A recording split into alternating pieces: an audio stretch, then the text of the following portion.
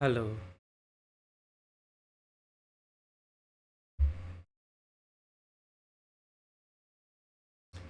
जिज्ञासु मित्रों, बहुत बहुत अभिनंदन है आप सभी का दिव्य सृजन में। प्रत्येक दिवस की भांति आज फिर हम यहाँ पर यह लाइव चर्चा का कार्यक्रम शुरू कर रहे हैं और आज के लाइव चर्चा का जो विषय है, क्या पूजा पाठ से मुक्ति नहीं मिलती? क्या मोक्ष पूजा पाठ से संभव नहीं है? क्या पूजा पाठ से मुक्ति नहीं मिल सकती है? हम पूजा पाठ करें, ध्यान योग करने की क्या आवश्यकता है, साधना करने की क्या आवश्यकता है, योग भक्ति और कुछ भी अन्य क्रिया करने की क्या आवश्यकता है? हम सिर्फ पूजा पाठ करते हैं और मोक्ष को प्राप्त कर लेते हैं, मुक्ति को प्राप्त कर लेते हैं। क्या यह संभव नहीं है?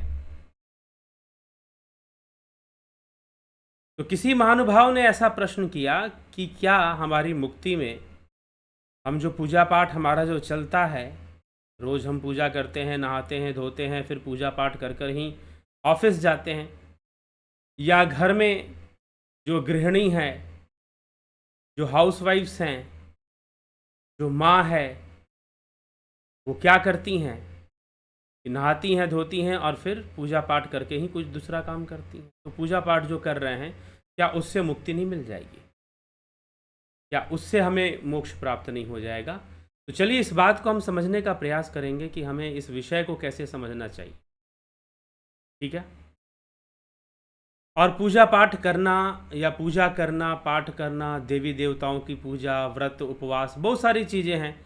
ये हमें किस प्रकार से समझना चाहिए, ये हमें किस प्रकार से करना चाहिए। ठीक है? तो ये हम समझने का प्रयास थोड़ा करेंगे। तो पूजा क्या है? पूजा वास्तव में, पूजा का जो अपना निजी उद्देश्य है वह पुण्य की वृद्धि है और नरक से मुक्ति का मार्ग है। नरक का अर्थ है हमारे बुरे कर्मों का दुख हम जहां भोगते हैं। बुरे कर्मों का जो दुख हम भोगते हैं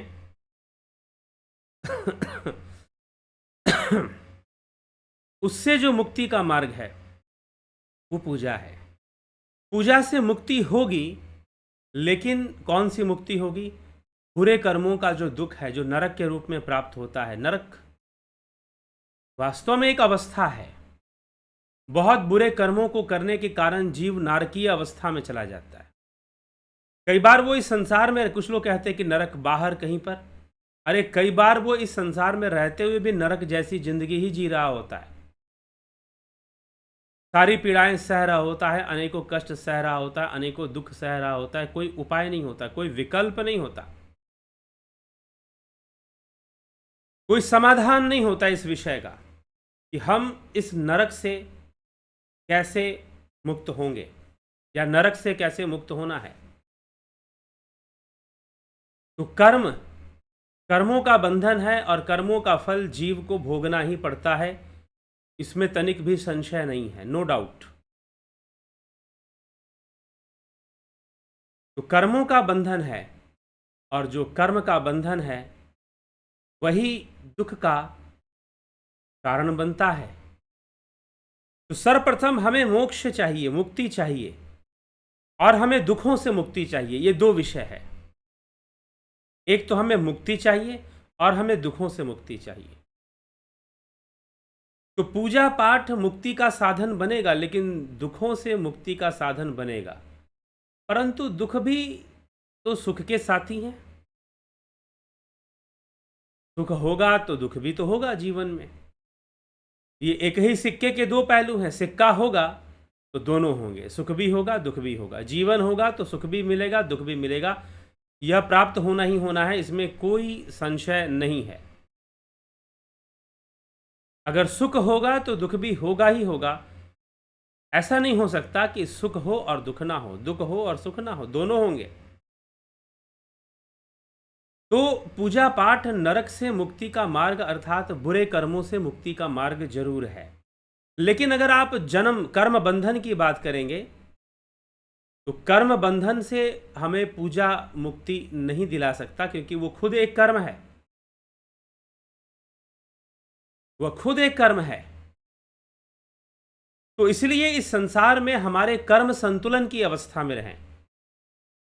इस संसार में हमारे जो कर्म हैं वो संतुलन की अवस्था में रहें। तो कर्मों का संतुलन बने रहने के लिए जरूरी है कि आप नियमित रूप से कुछ ऐसे कर्म करें जो आपके पुण्य की वृद्धि करें। तो पूजा करना, वास्तव में पूजा करना, दान करना, तप करना, देखिए एक पूजा जो पूजा होती है ना, वो बिना दान के पूर्ण नहीं होती है। इसलिए भारतीय सनातन धर्म में जितने भी त्यौहार आते हैं उन सब में दान का महत्व है। अभी व्यास पूर्णिमा है परसों, तो दान का महत्व है। आप पूजा करिए घर में चाहे मंदिर में, लेकिन थोड़ा सा दान भी जरूर कीजिए। बिना दान किए तो कोई पूजा संपन्न नहीं होती है। तो यह विषय हमें अच्छे से समझना है। पहली बात, इस विषय को हमें अच्छे से समझना है। तो पूजा से, दान से,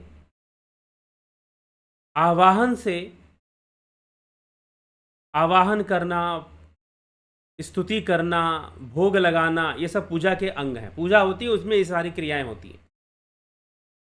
आरती करना, फिर दान करना, अंत में प्रसाद वितरण करना और दान करना, इनके बिना पूजा संपन्न नहीं होती। तो पूजा वास्तव में किस लिए है? पूजा का उद्देश्य, पूजा आपके शुभ कर्मों में वृद्धि हो जाती है। पूजा से आपके शुभ कर्मों में वृद्धि हो जाती है। लेकिन पूजा से कर्म बंधन कट जाता है, ऐसा नहीं है। पूजा से कर्म बंधन से मुक्ति मिल जाती है, ऐसा बिल्कुल नहीं है। पूजा करते हुए भी कर्म बंधन बने रहते हैं और नए कर्म बंधन बनते हैं। भले वो पुण्य कर्म बंधन बने,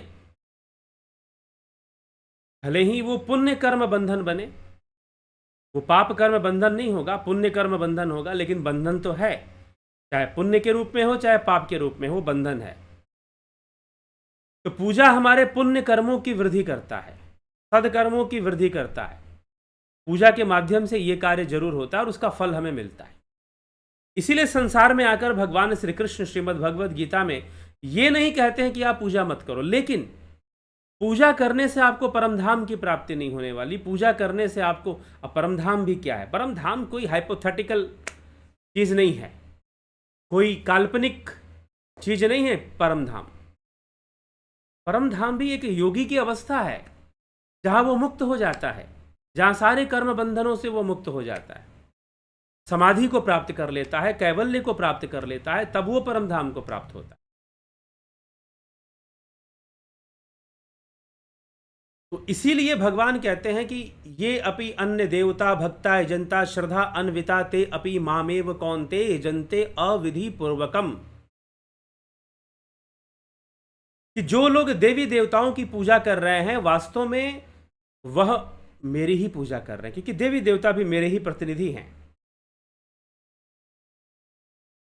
तो जो देवी देवताओं की पूजा कर रहे हैं वो मेरी ही पूजा कर रहे हैं, लेकिन उनके द्वारा की गई है जो पूजा है वो अविधि पूर्वक है।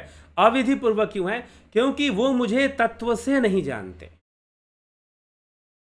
तत्व से नहीं जानते, उनके पास तत्व ज्ञान नहीं है। और जब वो मुझे तत्व से नहीं जानते तो वो मुझ तक नहीं पहुंच सकते, मेरी प्राप्ति नहीं कर सकते। अब तत्व रूप में कृष्ण क्या है? कृष्ण तो यह भी कहते हैं, आज हम लोग भगवान कृष्ण की पूजा करते हैं, बहुत पूजा होती है। जन्माष्टमी आने वाला है, भादों के महीने में जन्माष्टमी का पर्व होता है, और ना जाने साल भर में बहुत सारे ऐसे पर्व त्यौहार आते हैं जब श्री कृष्ण की पूजा होती है। लेकिन किसकी पूजा होती है? श्री कृष्ण भगवान ने कहा अर्जुन से, ना तू माम शक्य से द्रष्टु मनने व स्वचक्षुषा, तू अपनी इन आंखों से मुझे नहीं देख सकता। तो आज जो हम पूजा कर रहे हैं वो कौन सी पूजा है? किसको देख रहे हैं हम? जिसके लिए श्री कृष्ण ने कहा कि जो तू देख रहा है वो मैं नहीं हूं, तू तो मेरे शरीर को देख रहा है, तू मेरी तत्व को कहां जानता है? अहम आत्मा गुडाकेश सर्वभूताश स्थित, सभी भूतों में स्थित आत्मा मैं ही हूं। तू तो बस मुझे, मेरे शरीर को देख रहा है, लेकिन मैं तो घट घट में हूं। ज्योतिषाम अपि तज्ज्योति तमसा परमुच्यते ज्ञानम ज्ञेयम ज्ञानगम्यम हृदय सर्वस्व विष्ठितम। मैं तो सबके हृदय में ही हूं। हृदेश अर्जुन तिष्ठति, कि मैं तो हृदय में ही स्थित हूं सबके, तो फिर मुझे बाहर कहां ढूंढता है, मुंह को कहां तो ढूंढे रे बंदे, मैं तो तेरे पास में। तो प्रश्न खड़ा हो जाएगा यहां पर कि श्री कृष्ण ने गीता में क्या उपदेश दिया है और हम कौन सी पूजा करते हैं। किसी एक बात को कृष्ण ने लिखा है तो उसको दूसरी बात को नकारा नहीं जा सकता। तो यह गंभीरता से विचार करना चाहिए मनुष्य को कि पूजा, जब आप बाहरी पूजा पाठ करते हो तो वह आपके दुखों का निवारण कर सकता है, लेकिन आपको कर्म बंधन से मुक्त नहीं कर सकता, आपको जन्म मरण के चक्कर से मुक्त नहीं कर सकता। पुण्य कर्म बढ़ जाएगा, बहुत पूजा पाठ दान तप कर दोगे, व्रत उपवास ज्यादा कर लोगे तो पुण्य आपका बढ़ जाएगा और पुण्य के वशीभूत आपको अच्छे फल मिल जाएंगे। इस जन्म में नहीं तो आगामी जन्म में, पुनर्जन्म में आपको अच्छे फल की प्राप्ति हो जाएगी, प्रारब्ध का अच्छा निर्माण हो जाएगा। लेकिन सिक्के के दो पहलू हैं, सुख और दुख, तो वो किसी ना किसी रूप में तो आएंगे। पाप होता है तो लोगों से पुण्य भी होता है, पुण्य होता है तो पाप भी होता है। सारी जिंदगी कोई पाप करता रहे यह भी संभव नहीं, सारी जिंदगी कोई पुण्य करता रहे यह भी संभव नहीं। प्रकृति के प्रवाह में कहीं ना कहीं उससे पाप भी होगा।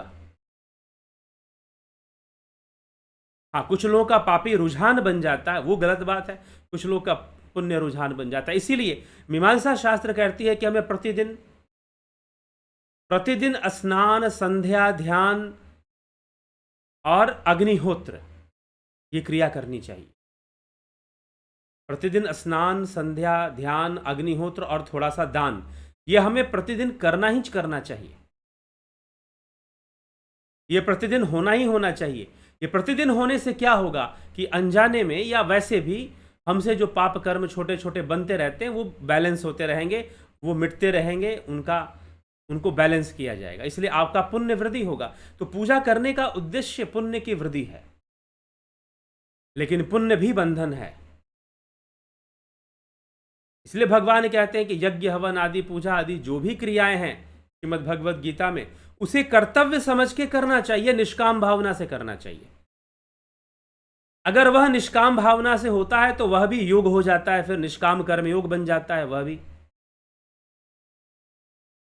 बदले में हमें क्या फल मिलेगा, क्या पुण्य मिलेगा, ये बिना सोचे हमें अपना जो पूजा पाठ का जो काम है उसे कर्तव्य समझ के कर लेना चाहिए।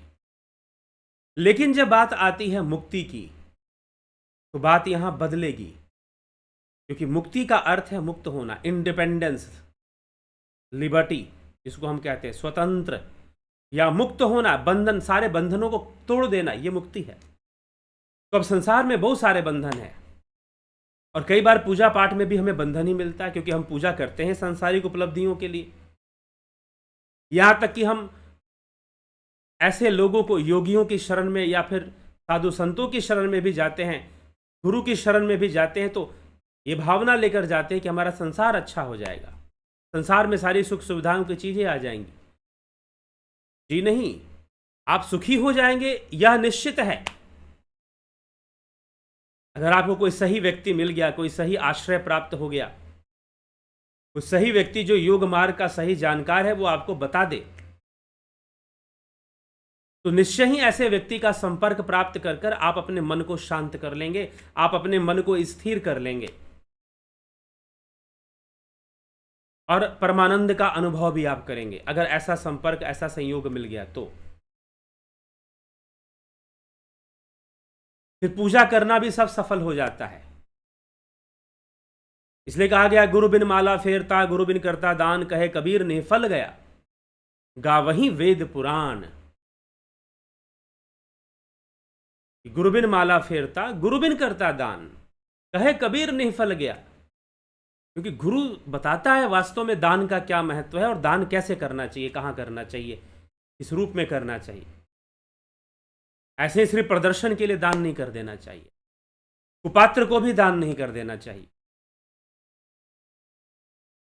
भगवान कृष्ण ने तो श्रीमद् भगवद गीता में चेताकर कहा है कि कुपात्र को कभी दान नहीं करना चाहिए।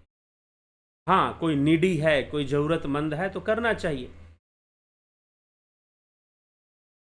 तो हमें यह सब बात समझना है कि दान, पुण्य, पूजा जो कुछ भी है, दान भी पूजा का ही अंग है एक। भारतीय सनातन धर्म में हम कोई भी पूजा पाठ करते हैं उसमें दान जरूर करते हैं। दान के लिए अन्न निकालते हैं, कुछ ना कुछ हम निकालते हैं, धन निकाले, अन्न निकाले, कुछ ना कुछ तो हम करते हैं। तो इससे हमारा पुण्य की वृद्धि हो रही है, लेकिन बंधन नहीं टूटता इससे, इससे मुक्ति नहीं होती है। आत्मकेर बोधेन बिना विमुक्तिर न सिद्धते ब्रह्म शतांतरे अपि। आदि गुरु शंकराचार्य कहते हैं कि आत्मबोध के बिना मुक्ति नहीं हो सकती है। भगवान शिव कहते हैं इदम तीर्थमिदम तीर्थ भ्रमंती तामसा जना आत्म तीर्थम न जानन्ति कथम मोक्षम वरानने। जब तक आत्मज्ञान को नहीं प्राप्त करते, आत्मतीर्थ को नहीं जान लेते, तुम्हें भला मोक्ष कहां से मिलेगा? मोक्ष की प्राप्ति तुम्हें कहां से होगी? मुक्ति कहां से होगी? इसलिए योग मुक्ति का मार्ग है। योग में कोई दान होता है? जी हां, योग में दान होता है। उससे बड़ा दान ही क्या है? योग से बड़ा दान क्या है? ध्यान से बड़ा ध्यान क्या? नास्ति ध्यानम समम दानम, नास्ति ध्यानम समम तप, नास्ति ध्यानम समम यज्ञम। ध्यान से बड़ा यज्ञ क्या? ध्यान से बड़ा तप क्या? ध्यान से बड़ा दान क्या?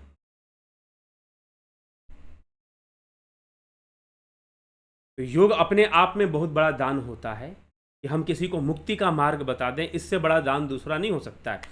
चाहे कितना भी पूजा पाठ कर ले, चाहे सैकड़ों ब्राह्मणों को खिला ले, सैकड़ों गरीबों को खिला ले, लेकिन ज्ञान का दान सबसे बड़ा दान माना गया है। और उसकी कोई कीमत नहीं होती जब वो आध्यात्मिक रूप में प्राप्त होता है, जब आध्यात्मिक ज्ञान मिले। कबीर साहिब कहते हैं कि शीश दिए जो गुरु मिले तो भी सस्ता जान। अगर सिर काट कर दान दिया जाए और फिर कोई तुमको ऐसा आध्यात्मिक ज्ञान दे दे तो भी समझो कि सस्ते में सौदा हो रहा है, सस्ते में सौदा हो रहा है। तो इसीलिए ज्ञान दान की बहुत महिमा गाई गई है। ज्ञान दान से बड़ा कोई दूसरा दान नहीं होता, उससे बढ़कर नहीं होता। लेकिन फिर भी स्वामी विवेकानंद कहते हैं कि अगर कोई भूखा है तो उसे ज्ञान मत दो, पहले रोटी दो। लेकिन रोटी देने के बाद अगर ज्ञान नहीं दिया तो रोटी देना भी बेकार हो गया, रोटी देना भी व्यर्थ हो गया। अगर कोई नंगा है उसे ज्ञान मत दो, उसे पहले वस्त्र दो। ये स्वामी विवेकानंद अपने कर्म योग में लिखते हैं। उनके जो साहित्य है, कर्म योग, भक्ति योग, ज्ञान योग, राजयोग। तो कर्म योग में वो लिखते हैं कि अगर कोई भूखा है तो सबसे पहले उसे रोटी दो, लेकिन रोटी देना सफल तब होगा जब तुम उसे ज्ञान दो, उसे जीवन जीना सही से आ जाए। कोई नग्न है, वस्त्र नहीं है उसके पास, तुम उसे पहले वस्त्र दो, फिर उसे ज्ञान दो, तो वस्त्र देना सफल हो जाएगा। ये तो फिर वो अपनी पुरानी स्थिति में पहुंच जाएगा, फिर से भीख मांगता हुआ दिखाई देगा। थ्योरेटिकल नॉलेज से काम नहीं चलेगा, प्रैक्टिकल नॉलेज होना चाहिए। प्रैक्टिकल स्पिरिचुअलिटी, अध्यात्म, अभ्यास होना चाहिए, प्रैक्टिस होना चाहिए। तो इसीलिए पूजा पाठ करना गलत नहीं है, लेकिन समझ होनी चाहिए हमें कि हम क्यों करते हैं। हम ये मानकर बैठ जाए कि हम डेली जो पूजा पाठ कर रहे हैं उसी से हमारी मुक्ति हो जाएगी, तो फिर ये समझना पड़ेगा कि मुक्ति होती कैसे। कोई ये कहे, अगर मान लो आपसे कोई ये कहे कि भाई चलो हम जो है खाना खाना बंद कर दो, आप क्या करो कि आजकल बाजार में जाओगे ना तो मिट्टी के जो क्ले होता है, क्ले के फ्रूट्स मिलते हैं। क्ले का, मिट्टी का बना हुआ सेब, केले और तरबूज और भी खाने पीने की चीज़ें जो कि रियल नहीं होती, मिट्टी की होती, उनको ले आओ, उनको घर में रख लो, और जब भूख लगे उनको प्रणाम कर लो, उनकी आरती पूजा कर लो। पेट भर जाएगा क्या? पेट नहीं भरेगा, पेट तो खाने से ही भरेगा। तो वैसे ही मुक्ति के लिए बंधनों को तोड़ना पड़ेगा। मुक्ति में जो बाधा चीजें हैं उनको तोड़ना पड़ेगा। जब वो बंधन टूटते हैं तब मुक्ति तक हम पहुंच पाते हैं, नहीं तो मुक्ति तक पहुंच पाना संभव नहीं है, क्योंकि मुक्ति का अर्थ है मुक्त होना। मुक्ति का अर्थ क्या है? मुक्ति का अर्थ है मुक्त होना। तो जब मुक्ति का अर्थ है मुक्त होना, मुक्ति का अर्थ मुक्त होना है, तो बंधन बना रहेगा तो मुक्त कैसे हो जाओगे? बंधन बना रहेगा तो मुक्त कैसे हो जाओगे? मुक्त तो नहीं हो पाओगे, बंधन तो बना हुआ है। तो इसीलिए जब तक बंधन बना है तब तक मुक्ति का कोई संभावना नहीं। और पूजा पाठ से बंधन ही नहीं टूटता है, पूजा पाठ से पुण्य की वृद्धि होती है, पूजा पाठ से भावनाओं की वृद्धि होती है, देवी देवताओं की वृद्धि होती है। यज्ञ से क्या होता है? देवताओं की वृद्धि होती है, देव भावना की वृद्धि होती है। देवताओं की वृद्धि का मतलब प्रकृति में जो पवित्र तत्व हैं, जो सकारात्मक, जो पॉजिटिव एनर्जी है, उसका डेवलपमेंट होता है। यही देवताओं की वृद्धि है। संतुलन बढ़ता है यज्ञ करने से, अग्निहोत्र करने से। तो यज्ञ आदि, अग्निहोत्र आदि की जो क्रियाएं हैं, जो पूजा पाठ की जो क्रियाएं हैं, वो करते रहना चाहिए, नो प्रॉब्लम। लेकिन उसके चक्कर में ध्यान योग नहीं छोड़ना चाहिए। पूजा पाठ के चक्कर में आपने ध्यान योग का त्याग कर दिया कि हम योग ही नहीं करेंगे, पूजा ही पाठ कर लेंगे। जी नहीं, तो आप मुक्ति की साधना नहीं कर पाएंगे। मुक्त होने के लिए, स्वतंत्र होने के लिए, शांत होने के लिए, स्थिर अनुभूति के लिए, पूर्ण शांत अनुभूति, स्थिर अनुभूति,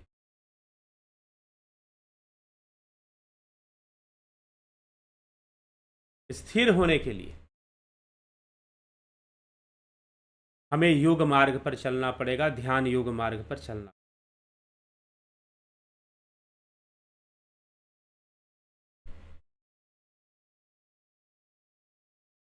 ठीक है, तो वही एक मार्ग है, योग ही एक मार्ग है। इसलिए योगश्चित्त वृत्ति निरोधा। योग वासिष्ठ के अनुसार संसार सागर को पार करने का मार्ग योग है, अर्थात मुक्ति का मार्ग योग है। योग वासिष्ठ के अनुसार, कठोपनिषद के अनुसार भी मन को एकाग्र भूमि में ले जाना है और मुक्त हो जाना है।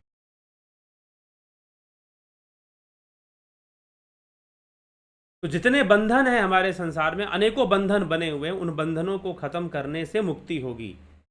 और उसके लिए योग का मार्ग बताया गया है, ध्यान योग का मार्ग बताया गया है, भक्ति योग का भी मार्ग बताया गया है। लेकिन अब जब तक बात समझ में नहीं आएगी तब तक पूरा लाभ भी नहीं मिलता है कि भक्ति योग क्या विषय है। तो आजकल लोग सोचते हैं कि भाई भगवान का नाम ले लिया, गा लिया, बजा लिया, ताली पीट लिया तो भक्ति योग हो गया, ऐसा भी लोग समझ लेते हैं, लेकिन नहीं। तो यही हमें समझना है, विचार करना है। मुक्ति होगी तो योग मार्ग से होगी। और एक विशेष सूचना है आप लोगों के लिए कि 3 जुलाई गुरु पूर्णिमा। कोई महानुभाव कहते थे कि भाई गुरु पूर्णिमा का दान क्या हम आपको भी कर सकते हैं, आपकी मर्जी है। अगर आपको लगता है कि हम समाज के लिए अच्छा काम कर रहे हैं, उसकी वृद्धि कर रहे हैं, तो आप जरूर कर सकते हैं। लगता है तब उसके लिए आप व्यक्तिगत रूप से संपर्क कर सकते हैं, अगर आप कुछ भी ऐसा दान करना चाहें तब। तो अब क्या है, 3 जुलाई गुरु पूर्णिमा के दिन से जूम ऐप पर लाइव चर्चा चलेगी। यही लाइव चर्चा जो 9 PM पे चलती है वो जूम ऐप पर चलेगी, यूट्यूब के बदले जूम ऐप पर चलेगी।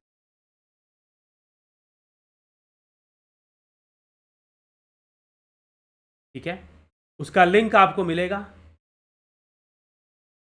वीडियोस के डिस्क्रिप्शन में भी, कम्युनिटी पोस्ट में भी। और अगर आप ज्वाइन करना चाहते हैं तो फ़ोन नहीं आप करेंगे, व्हाट्सअप मैसेज कर कर आप लिंक मांग सकते हैं। लिंक आपको, कुछ लोगों ने लिंक फ़ोन व्हाट्सअप मैसेज किया है, लगभग 2 लोगों ने, तो उनको लिंक भेज दिया जाएगा।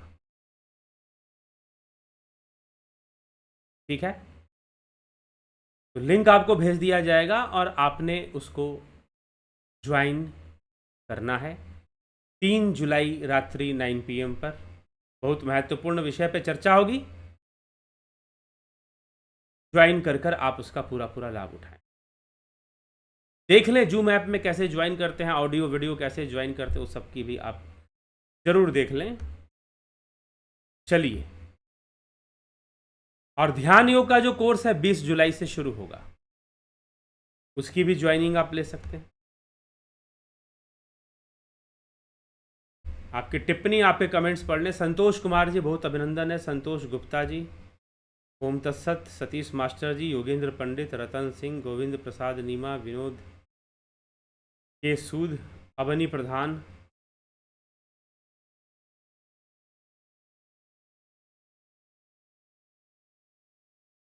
अमन कक्कर जी, शेखर शर्मा जी, काशीनाथ जी, रूपलाल विश्वकर्मा जी, श्वेता राय सिन्हा जी, खिम सुनार, उषा श्रीवास्तव, दयानंद जी, सविता नायक जी, बारंबार सादर चरण। ठीक है सविता नायक जी। योगेश खैरनर जी, माधुरी कोले जी, कमलेश खैरनर, प्रेम कुमार, गोविंद प्रसाद कोरी, विमला शाह, राजू पाल, कन्हई कुमार, किशोर वैद्य जी, विष्णुचंद्र मौर्य, तीरथ दास व्लॉग्स, गंभीर शाह। ठीक,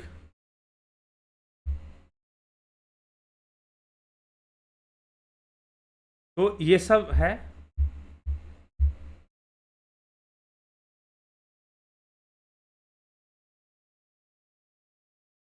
घनश्याम सरोदे, किशोर वैद्य जी। जब जीवात्मा जिस शरीर को त्यागता है तब मन इंद्रियों सहित प्राणों को भी ले जाता है और नए शरीर में प्राणों सहित प्रवेश करता है। इस प्राणमय शरीर का क्या होगा? कौन से प्राणमय शरीर का क्या होगा? जब आप लिख रहे हैं कि प्राणों को भी ले जाता है, तो प्राणमय शरीर का क्या होगा का क्या मतलब है? जब जीवात्मा जिस शरीर को त्यागता है तब मन इंद्रियों सहित प्राणों को भी ले जाता है, आपने ये लिख दिया, और नए शरीर में प्राणों सहित प्रवेश करता है। इस प्राणमय को शरीर का क्या होगा? प्राणमय शरीर चला गया, दूसरे शरीर में प्रवेश कर गया, में होना क्या है? ठीक है, दूसरे शरीर का संचालन करेगा वो। ठीक है, प्राणमय कोश होता है, प्राणमय शरीर नहीं होता है। पंचकोश में अन्नमय कोश, प्राणमय कोश, इस शरीर के अंदर ही, इस हमारे पूरे संरचना में ही अन्नमय कोश, प्राणमय कोश, मनोमय कोश, विज्ञानमय कोश, और क्या है? आनंदमय कोश। ठीक है, तो स्थूल देह की मृत्यु होगी तो अन्नमय कोश ही नष्ट होगा। बाकी जब दूसरे शरीर में जाएगा तो दूसरे शरीर का संचालन करेगा वो प्राणमय शरीर। तो प्राणमय शरीर नहीं, प्राणमय कोश।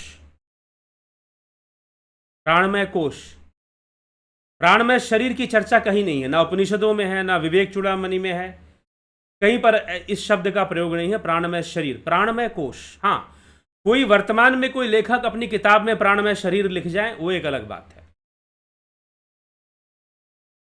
ठीक है, तो वह प्राणमय कोश जाएगा और दूसरे शरीर का संचालन करेगा। राठौड़ विक्रम भाई, जय श्री कृष्ण। ओमराज हेम्ब्रोम, हर हर महादेव। ठीक है, तो इस तरह से हम इस बात को समझें और आगे बढ़ें।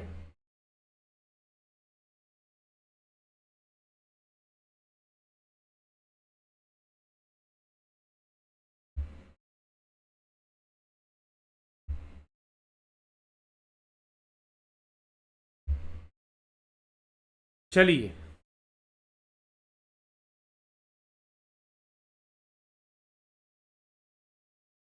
अभी विराम देंगे इस कार्यक्रम को।